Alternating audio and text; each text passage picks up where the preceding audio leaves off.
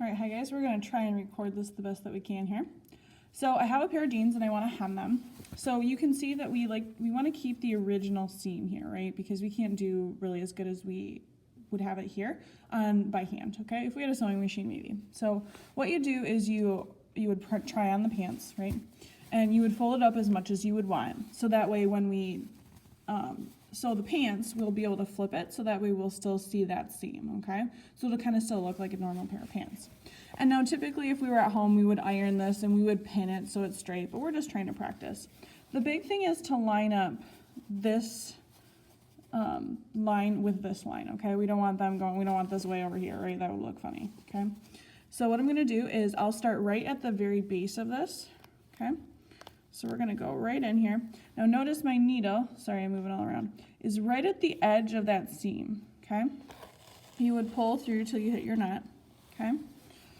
Now what I'm gonna do is I'm gonna follow this seam line and do a quick in and out, okay? So see, my stitch isn't very big.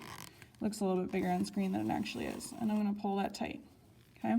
And then again, I'm not gonna go very far over from where I last put it in, and just do a quick in and out again. Okay, and we want very small stitches, okay? And we don't want to do them too tight, but we do want to make sure that they're snug, okay? And I'm going to keep doing this till I go all the way around on the pant, okay?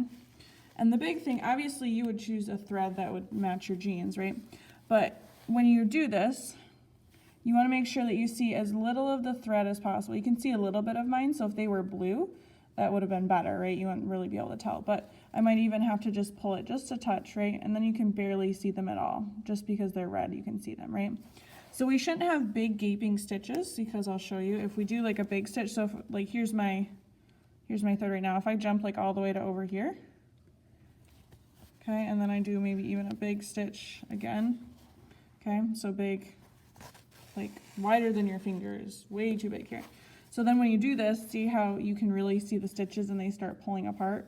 We don't want that to happen. We want nice tiny little stitches, and we want them close together so that way they don't pull apart once we pull everything snug. So again, even if I pulled this snug, right, you can barely see these ones, but you can still see these giant ones.